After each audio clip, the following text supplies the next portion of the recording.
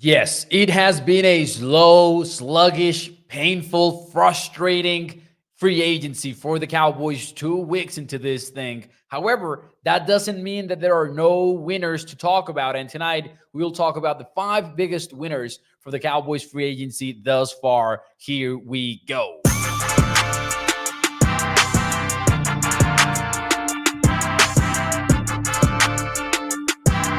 What is up, everyone, and welcome into A to Z Sports Dallas Prime Time. I am your host, Mauricio Rodriguez, streaming with you live every Sunday through Thursday night at 8 p.m. Central here on Dallas On Demand Sports Talk Network.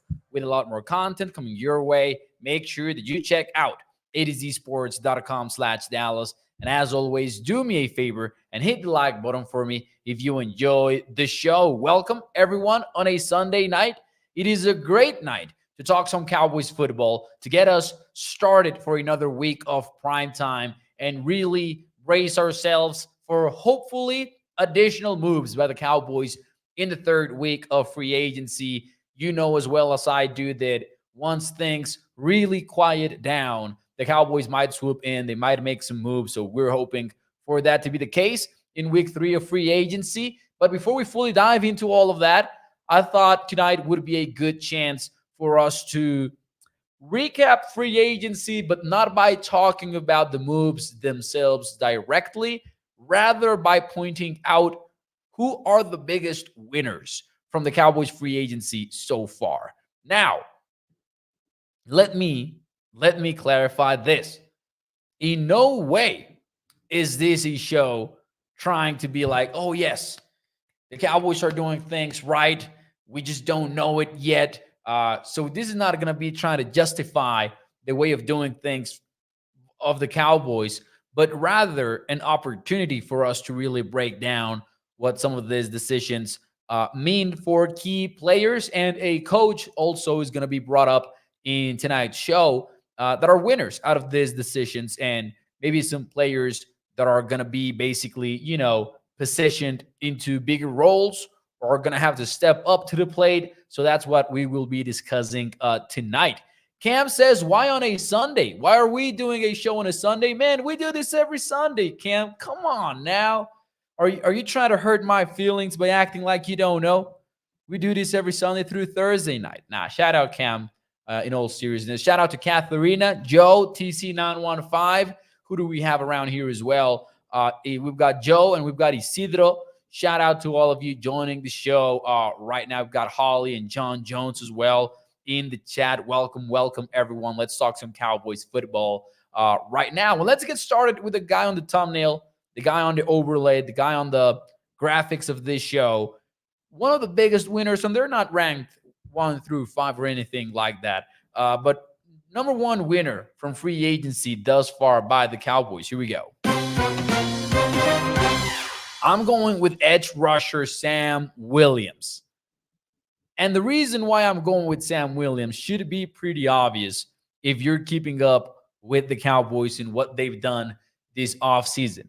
Because even though it's not the biggest loss the Cowboys have suffered, I would give that title to Tyron Smith even to this day, or maybe even Stephon Gilmore, provided they don't sign him. He remains available, so it's still a question mark.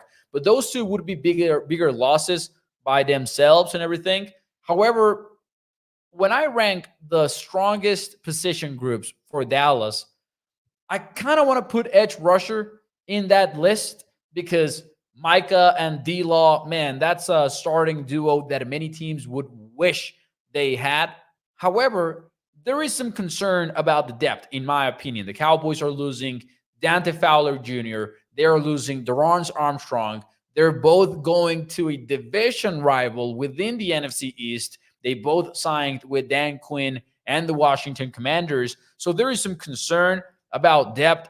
But man, if you're Sam Williams, there's 700 snaps, over 700 snaps from last year that need to be replaced at the position. And when you look at that depth chart, it's pretty much you by yourself if you are Sam Williams. So after playing 300 defensive snaps in 2023 and 273 snaps in 2022, I could see that count doubling for Sam Williams. Now, I realize Williams has a lot of stuff going on. I know there's the off field issues that he's had before. I know even on the field, we wish discipline was slightly better for number 54. But I think the second year wasn't really the breakout year we were hoping from Sam Williams. But I'm not sure how much I see that as a negative regarding his own play. And this is what I mean. Really, what is the reason that Fowler wasn't playing more and more and more in Dallas? The reason why his play time wasn't increasing in 2023. In large part, yes, it had to do with the discipline thing that I just mentioned. But much more importantly, I think it's that it really was a very deep defensive end group where snaps had to be even more distributed than with your normal, usual NFL team. When you have somebody like Fowler and Armstrong and Sam Williams, that snap count has a very solid cap on it because you're not going to be number 3 defensive end with over 500 snaps in a single year. I think Sam Williams could have a shot at those sort of numbers in 2024, though, because if you look at the edge rusher room, and in that edge rusher room, I am listing Micah Parsons there, not putting him as a linebacker. So let's act like, Parsons and Lawrence are the starting edge rushers of the team, which they are.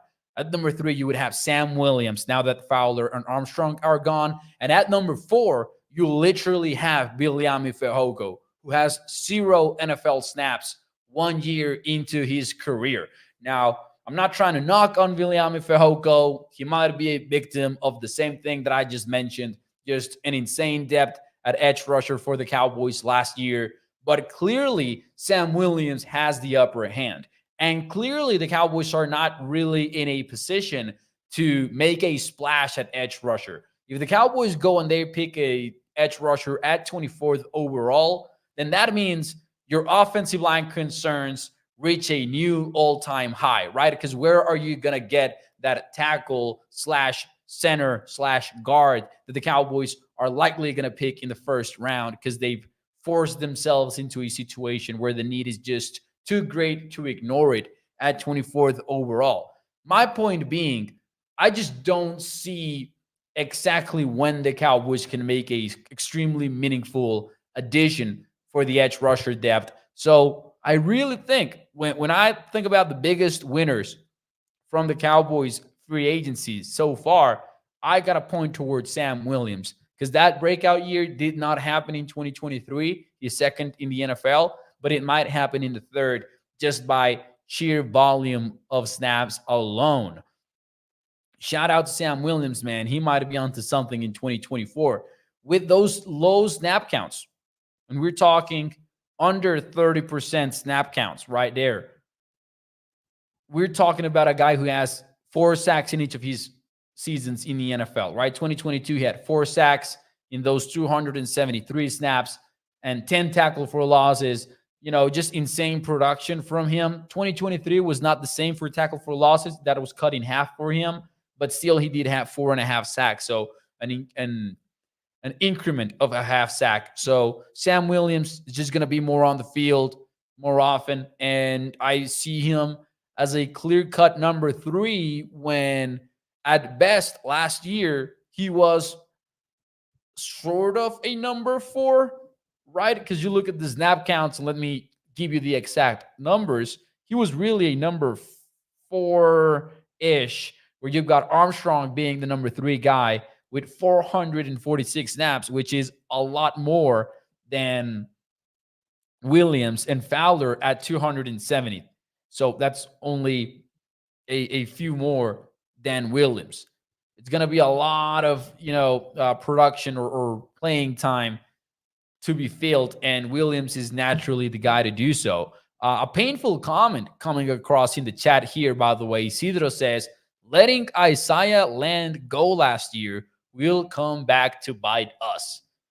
Man, there's something there to talk about for sure. Because again, man, that is the Cowboys roster right now. I actually want to basically just open up this spreadsheet that I made to really give you a full picture of how the edge rusher room looks like. It's Micah, it's Lawrence, it's Sam Williams, Fehoko, and literally the only two guys we could add are Tyrese Wett, who was a hybrid between edge rusher and linebacker for Dallas last year, and Darrell Johnson, which was more or less in a similar situation. Some people might want to add Buddy Johnson to that, but I have him listed as an off-ball linebacker so far. But hey, Williams could make himself with a lot of more playing time. A lot more playing time. Russell says they draft a right tackle or center first round. That will likely depend on how the board falls. That's my logic right now. If it's something like between Jackson Powers, Johnson, and the one tackle that for some reason they don't like at 24th, they will likely go with Powers Johnson, right? But if for some reason the best lineman on the board is a tackle or even somebody like a guard, I just think they will stick to whoever is the best one on their board, and they'll just let Tyler Smith fill out the needed hole on the lineup, right? Like they're gonna be in this situation where if you take a guard, then this is tricky, by the way, and this could be a whole topic in itself, but it's tricky where how do you decide what you're going to do offensive line wise and what should have more weight? You obviously want to make it about the best five combination, up front. You want to have your best five out there on the field. But to what extent do you also consider, like, where is Tyler Smith at his best? The guy that I already know he can play. With the rookie, I don't know. Even if I'm high on him, even if I really like what he's got, I just don't know who he is until I see him on the field. You already have a second-team All-Pro season from Tyler Smith. So to what extent do you really consider that and are like, hey, man, I just don't want to move Tyler? It's kind of like a tricky balance right there because you're balancing the best five combination where you're going to plug in whoever falls to you at 24th overall. You're going to take the best guy available on the board, but you're also balancing it with, man, I just don't really want to move Tyler Smith from a position where I already have seen an All-Pro type season from him. It's tricky. It's tricky. But you know what? Since we are discussing offensive line-wise, I'm going to jump to the guys that I was going to have until the end of this list. And I'm cheating because I have them as a 2-for-1. So we're actually going to talk about 6 winners, but they're on the same bucket here for me. So, yep, I don't care. I'm going to cheat. And the next winner is our TJ Voss and Brock Hoffman. These two guys went from guaranteed backups to us literally talking about them as potential starters for the Cowboys. Because when it comes to adding a starter on the offensive line for 2024, the only relatively sure bet you can make at this point is your 24th overall pick. There are some free agents that you could gamble on in the market, even to this day, right? Like there's still Mekhi Becton out there who you could sign, risk it with all of the injury things that he's dealing with, and be like, maybe I hit on Becton and maybe I just get to see him play at a very high level and maybe he doesn't get injured again, right? We could talk about that. We could talk about reuniting with La'el Collins, for example, like some wild ideas out there on free agency. But ultimately, the one sure bet the Cowboys can make is the 24th overall pick. And when you have question marks at tackle, guard, and center, and I know Tyler is going to fill one of those or answer one of those, but we just don't know which yet, there's some limits to what you can do with your offensive line. And here's what I mean. I'll use a solid example for you. Say that the Cowboys draft Jackson Powers Johnson, 24th overall, the center from Oregon. Okay, you've got your center. Now you're looking at your roster and you're like, man, even if I pick an offensive lineman in the second round, who knows if he can play in week 1 of the regular season. So you might automatically decide, okay, screw it. I don't have a tackle. So Tyler Smith, you're kicking outside. And then at left guard, TJ Voss, come on down, right? Take the stage for us. I think personally, and this is just me, TJ Voss and Hoffman are in this weird point among the fan base, right? Or this pedestal among the fan base where you have some people being like, oh man, it would be an absolute nightmare if these guys are starting. And you also have some people being like, hey, we will absolutely be fine with Hoffman and Voss. And I think we should all be somewhere in the middle regarding that. Uh, there's no question that when these guys played in 2023, they weren't a game breaking liability or anything like that. And they even showed promising flashes. I would say, particularly so for TJ, who, really killed it as an undrafted free agent, even in training camp. And we were surprised by the fact that he made undrafted free agency in the first place last year. But it's also a struggle to really bet on them to be your starter in year two when we've seen so little from them. Like, we really just don't know enough about TJ Voss, about Hoffman. And the thing is that the Cowboys themselves probably don't know enough, because really, what is the amount of NFL playing time that they got from them? And it's a very limited snap count. It is a very limited exposure to NFL defensive coordinators throwing stuff their way. So it's just weird overall. Like, you, as a front office, ideally you would be throwing different darts on the board to try to get more options. So when you get to training camp, you might see a pleasant surprise or two, but you're not limited to, man, I'm going to have to start TJ Bass at left guard no matter what, because that's a dangerous game to be playing. Now, that being said, if the Cowboys need a guard after the NFL draft, I think TJ Voss has the upper hand over Hoffman, and then the other way around if you need a center, right? Because Hoffman did play center already. But I would be intrigued about TJ Voss learning how to snap the football and see if he can work out as a center. We'll see if that's at all in the Cowboys' plans when OTAs comes around. So we will be excited about that, maybe, depending on how things go. But the fact that these two are being discussed seriously about for a starting position, man, that makes them winners in my book, even if the Cowboys themselves really took a step backward offensive line wise. So I'm going to go with TJ Voss and Brock Hoffman. Let's see here.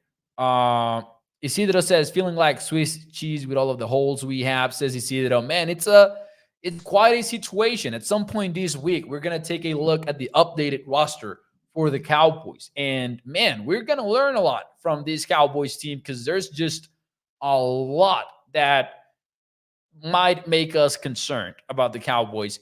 Guru says Hoffman is a mere band-aid until a starter returns. We are screwed if he has to start for a lengthy period. Per Corey Proctor says, Guru Samuel says, I would draft JPJ number 1, sign Trey Brown, the free agent from New England. Offensive line addressed, then D-line or running back, then linebacker, says Samuel. Now, Samuel, I think you might mean Trent Brown. And if you mean Trent Brown, he's off the market. I'm sorry to break your heart like this, but he's signed with the Cincinnati Bengals, and he's going to play for them. So Trent Brown off the market right now. I think that's who you meant. But I might be. I don't think so, but I might be wrong. But I think that's who you meant, Trent Brown. So unfortunately, yeah, because Trey Brown is a cornerback, right? Trying to Google it here. And ironically enough, he's also a player for the Bengals, I think. But I'm not even sure at this point. No, he's a senior personnel executive for the Bengals. Former player. So yeah, that's off the market, unfortunately, Trent Brown. But anyways, let's move on to another winner here. Let's move on to another. So this would be number 3 on the list. Not ranked, just players on a list. And here's one that, man, doesn't really make me excited, but I mean, he's a winner some way, somehow. So here we go. Former first round draft pick Mazi Smith, nose tackle.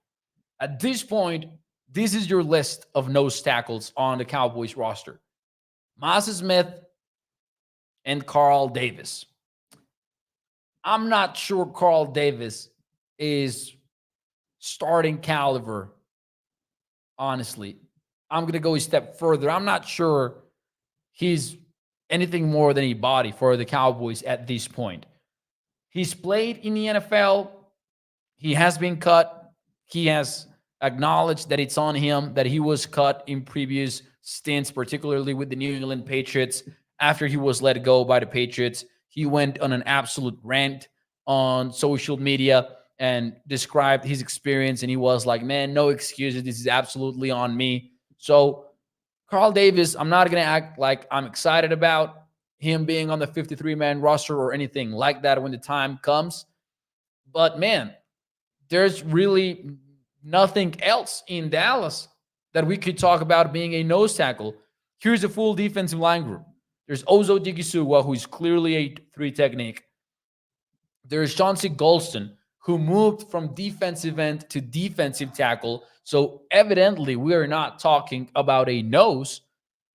And the only guy you can bet on, like really bet on at this moment at nose tackle, is the guy that you drafted number 1, first round, last year, and that you had him lower his weight mid-season or during the season.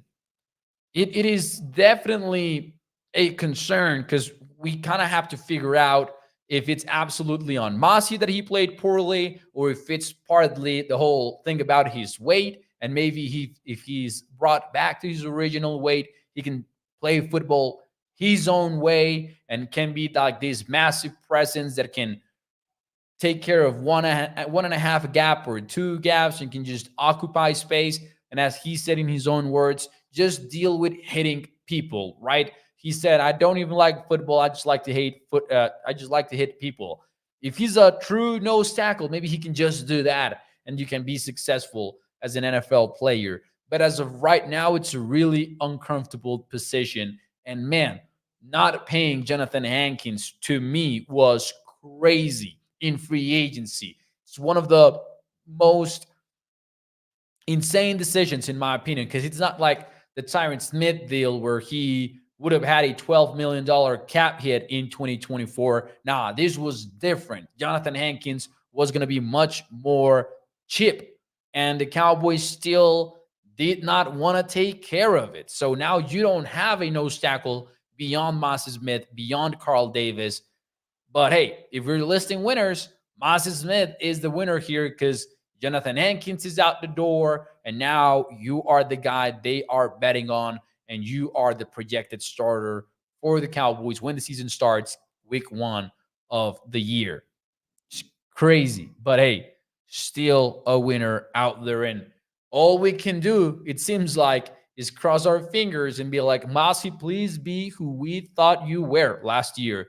And if he is, man, then the Cowboys are in a good spot right there, even if you need depth. But hey, that's where we are at right now. Now, this is certainly a situation that could evolve, as Guru says, expecting another Hankins-like trade in the midseason. Because, yeah, honestly, right now, I'm not sure there's somebody that we could point toward and be like, oh, he would be an upgrade and he would be starting over Mazi. I don't think there's anything like that in the market. Now, let me take a sip of water here because I'm getting frustrated with the Cowboys again. And now let's get to another winner. Let's get to another winner here, man. We've talked about TJ Voss, Brock Hoffman. We've talked about Mazi Smith. We've talked about Sam Williams. Here's another player that I could consider a winner from free agency. Jordan Lewis. You have to consider Jordan Lewis. Now, this is a very obvious one because we're talking about somebody that was re-signed by the Cowboys when it was far from a guarantee that he was going to be. But man, it seems to me that if the Cowboys were to sign Stephon Gilmore, then they likely would not have signed Jordan Lewis. You know, if they would have made that investment, they likely wouldn't have invested back into Jordan Lewis. Now, this could change because Gilmore could still return, but I just feel like him being signed before Gilmore was like that positions you as a winner immediately. Because as of right now, he's a starter for the Cowboys defense and a solid one at that. I think this is different from the Moses Smith situation because I would be comfortable with Jordan Lewis manning the slot in week 1 of the season because we know what he's capable of, right? He's not going to be a Pro Bowler. He's not going to be in any All Pro discussions, but Jordan Lewis, pretty serviceable guy in the slot, very versatile. He's physical. And you know about the nickel job these days. It's one of the toughest jobs in sports. So the fact that he's being targeted doesn't really tell the whole story. It's about you keeping big plays from happening and stuff like that. So Jordan Lewis, in my opinion, keeps being a winner. This is somebody that just a little bit over a year ago was dealing with such a nasty foot injury that we didn't know what to expect out of his future. But now he is a projected starter right now for the Cowboys at nickel. I still want the Cowboys to sign Stephon Gilmore, obviously. I still think I have received no reason to believe they're going to get that done because I just look at the deals they are putting together, and it's probably not a coincidence that all of them are the cheap deals, right? Jordan Lewis was a cheap deal. Eric Kendricks was a cheap deal. They didn't keep Tyron Smith, though. They didn't keep Tyler Viadish. They didn't keep even Dorrance Armstrong, who was $6 million per year, something like that, for the Washington Commanders. So, yeah, I have no reason to believe that Gilmore is in their plans. So we'll see. Let's see what you guys have to say, though, in the chat. Let's see what you guys have to say in the chat, though. David says, I love the idea of the young guys getting a chance, but it's very risky. And yeah, exactly. Like we need to just have that in mind right now. Like not because we like TJ Voss out of college as a non-drafted free agent signing means we should like TJ Voss, a second-year starter. We just have to be objective about that. Guru says, why are no other NFL teams coming after Gilmore at this point? Kansas City Chiefs. I'll just say this. We didn't know anything about the Jets when the Jets signed Tyron Smith. So remember, the fact that nobody has reported on things does not really mean that like Gilmore's phone is not ringing, right? These things can happen at any moment. So just have that in mind. I'm not saying that Gilmore is getting a lot of offers, but I'm just saying we just don't know, really. The fact that we have not heard anything about interest doesn't necessarily mean that he's not receiving it. So let's move on, man. Last winner on the list. And this is a pretty... This is one that I have some questions about. I'll admit it. Because I would have imagined a much more active free agency that would have benefited him more. But I still think that the one guy that they could have signed makes him a winner because they did sign him.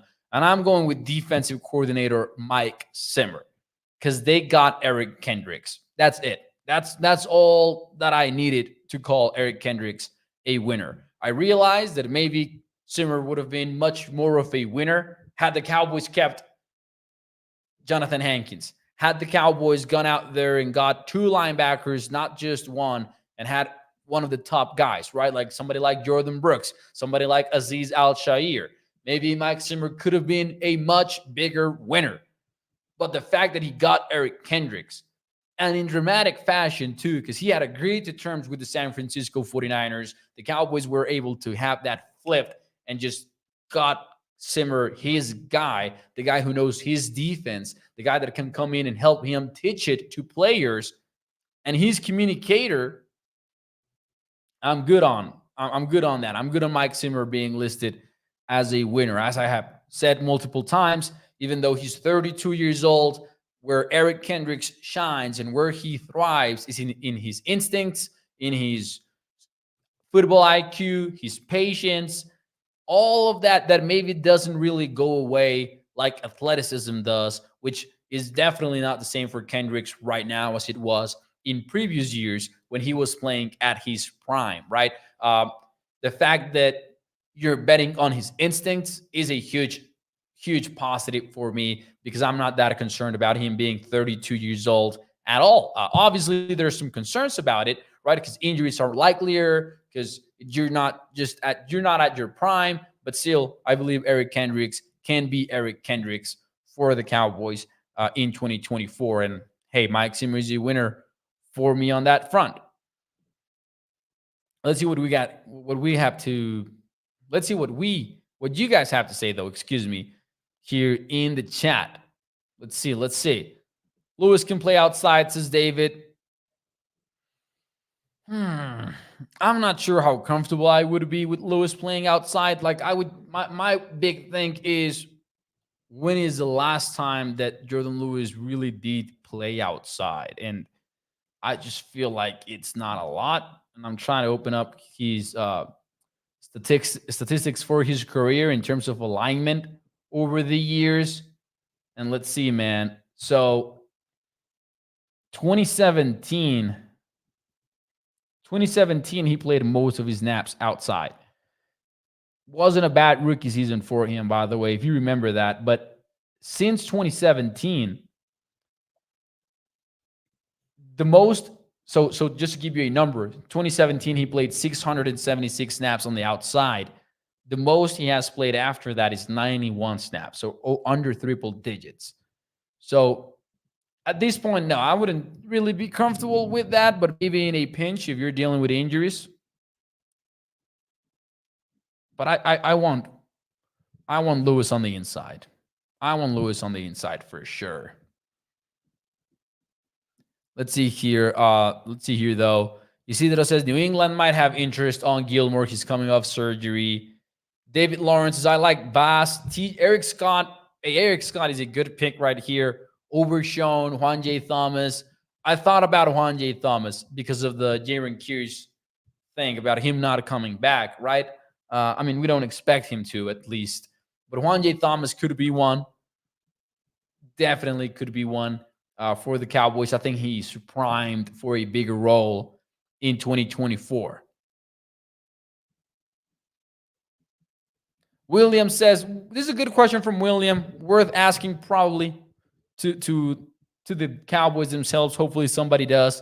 But he asked, what was the problem with Kendricks not signing with Dallas in the first place? Why did we have to steal him, San Francisco, in the first place? Was the relationship that bad between them in the past? I would not read into it like that. Like I think it's a big jump to be like, oh, he agreed to terms with San Francisco, and then the Cowboys, like if the relationship was bad at all, then he wouldn't have flipped ever, because it's not like the Cowboys threw a bag at him, right? It's a $3 million deal for 1 year of football. 3.5 maybe, if I remember correctly. So I wouldn't make that jump, William. However, it's definitely worth a conversation about, hey, what led to all that? I'm guessing it was just about negotiating, though, and maybe Kendricks figuring out and being convinced by Mike Zimmer. Like, I actually would point towards his relationship with Mike Zimmer being the reason why it got flipped in the first place. Like, I think that's much more likely, where Eric Kendricks kind of was able to reflect, and maybe the Cowboys were able to get to a certain number, and the Cowboys were like, hey, you would start here. You would not be a backup out there. You will be a backup in San Francisco. You will start here. And maybe that's a strong selling point for Dallas. That's how I would interpret it for sure. Oh, man. Easy is an unknown, says Guru. I agree with that. I absolutely agree with that. Alex says, do you think Dak will get any better this year? Tough question. I think yes, but I also think, how much better can you get up to some point in the NFL? I think, fortunately for Dak, it's not like he needs his arm to get stronger, because I don't think that's how he's stuck around as a franchise QB for all this time. I think it's mostly that Dak is a good processor of plays, and he sees the field really well. And he's a kind of like a cerebral type QB who does a lot of work pre-snap. And as Aaron Rodgers once said on the Pat McAfee show when he went viral, he plays the quarterback position like many guys don't do it these days. Like he's somebody that really commands the line of scrimmage, really can, look at the coverage and change things and adjust things. So that's something that you only get better as time goes on because you see more and more stuff and you go through more and more situations. So yeah, he's gonna get better, I will say. I do question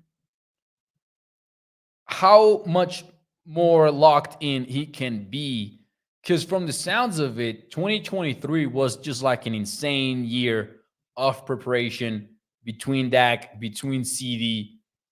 And this is just me thinking out loud. It might still be the same. We know his work ethic. We know he's kind of crazy in that sense, right? So it might still be the exact same night. That's actually what I would bet on. But there might be some question marks about, man, is he going to hold out? Like, let's start there. Is he going to hold out? Because it's a very strong possibility that he does. If the Cowboys mess around with this and they really wait until August to get that deal done, is there a chance that Dak doesn't show up for Oxnard? This is Dak Prescott. Like, this is somebody, man, that it's gonna take a lot to keep him away from the team in that sense. But these negotiations, man, they can get ugly very quickly.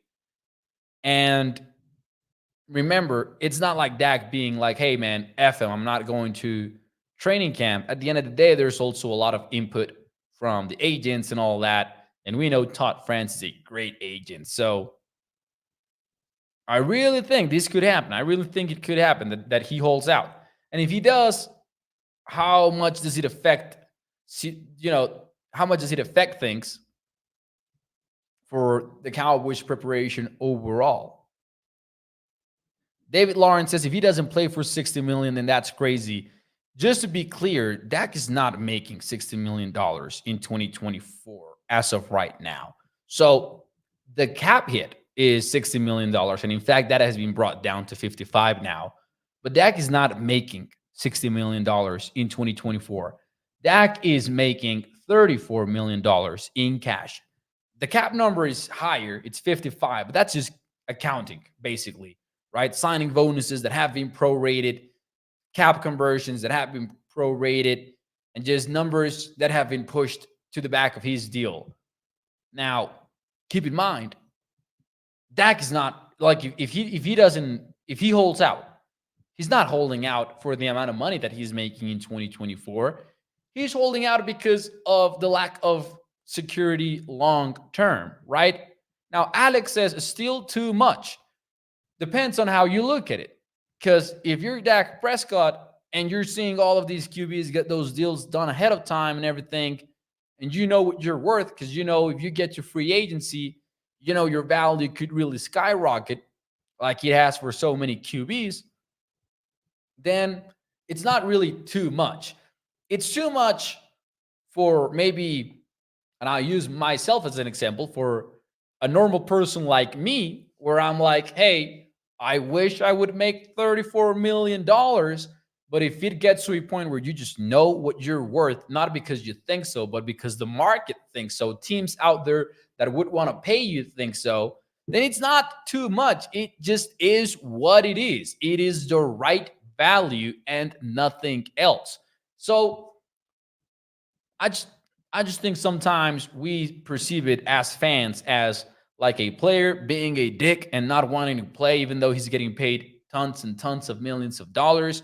But then why don't we turn that around and really look at it from the perspective of, oh, the Joneses are making just nasty amount of money and they're messing around and not paying Dak Prescott. That's a much more sensitive way of looking at it, sensible way of looking at it, in my opinion. But hey, let's not get into the Dak Prescott discourse tonight any deeper before we all get pissed off at each other and start fighting about the QB. But all kidding aside, man, that's the 5 biggest winners from the Cowboys sluggish start to free agency. Hope that you guys enjoyed the show. That will be it for me tonight here on Prime Time. Hit the like button for me, and I'll see you tomorrow night, same time, 8 p.m. Central. We'll talk some Cowboys football. I appreciate you taking time to listen to the show. Shout out to the podcast audience, to the Facebook and YouTube audience, Twitter audience. Shout out to all of you, man. I appreciate you. Thank you for the comments, Joe, and all of you. Thanks so much. I'll see you tomorrow. Bye-bye.